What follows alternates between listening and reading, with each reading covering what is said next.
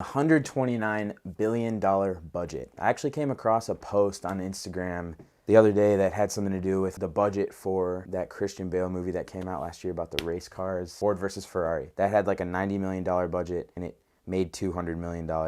And then there was like another movie underneath compared with like a $5 million budget and it made like way more money than Ford versus Ferrari. I can't remember. But yeah, let's get into the clip. Yeah, I think because of the gimbal, one you hold up high Yeah. here, and then the RS2 you probably just hold it like waist. This shot's cool.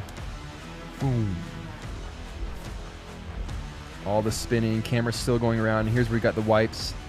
So wipe 1, wipe 2. Now this scene is super interesting because the inspiration for this scene came from Sherlock Holmes. Basically, there is an incredible scene in Sherlock Holmes that cost that movie was like, they had $129 million for that budget. So in the film industry, to do a shot like this, they would have like a golf cart set up with somebody driving it and you'd be strapped in with a Steadicam or a bigger gimbal.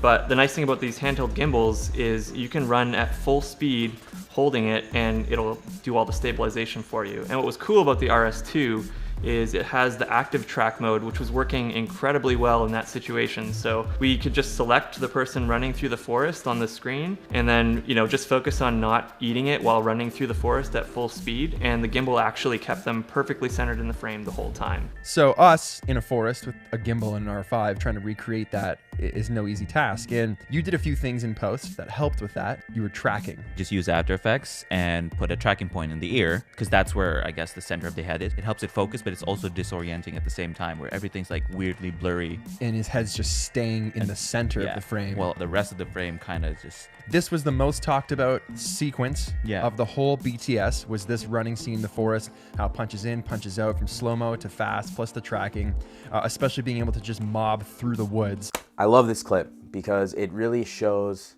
how much technology has progressed. And this is where we get into a conversation about, does gear matter or not? Gear definitely matters in storytelling. I almost published a video last week about why you should stop watching camera reviews because the C70 came out, the FX6 came out, the FX9 came out, the C500 Mark II came out, the A7S III came out, the Blackmagic 6K camera like all these, the Red Komodo, all these cameras came out. It seemed like all the filmmaking and photography channels were talking about the cameras, and I wanted to like make a point, like storytelling is what matters. But when I saw this video, I decided to delete it because we're definitely in a gear revolution, I want to say. I mean, you're getting much smaller cameras that shoot much higher resolution and much better pictures. This camera right here has a much higher resolution than like a cinema camera would have had 20 years ago. This camera was probably much cheaper than a cinema camera would have been 20 years ago. So it's basically like this video, this clip right here shows like what you can do, how close we can get, like telling stories in a cinematic way with low budgets, and how good we can do it, how good we can make them look. And this clip really shows that. And it's really inspiring because you don't need a ton of money to mimic these movies that have $130 million budgets. So without rambling on too much, I want to get to the point here is like, whatever you have at your disposal, write something down, write an idea down, and go shoot it the next day, edit it, and post it. Maybe even get a few people with you to help you execute on this project, but you can make something amazing. You can produce a podcast, you can make a short film, you can make a documentary with very minimal gear and very minimal sized teams and still make something great. So yeah, that's what we're trying to do here at Thuzy, because we're enthusiastic about telling stories and we're not multi-millionaires yet. So this is what we have to work with what we can.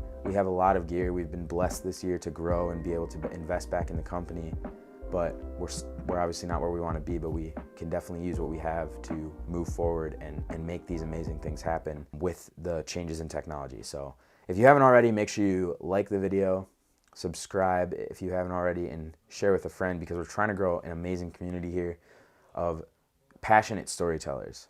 So if that's you or if that's your friend, make sure you share it. And without further ado, I'm going to end the video here. Peace.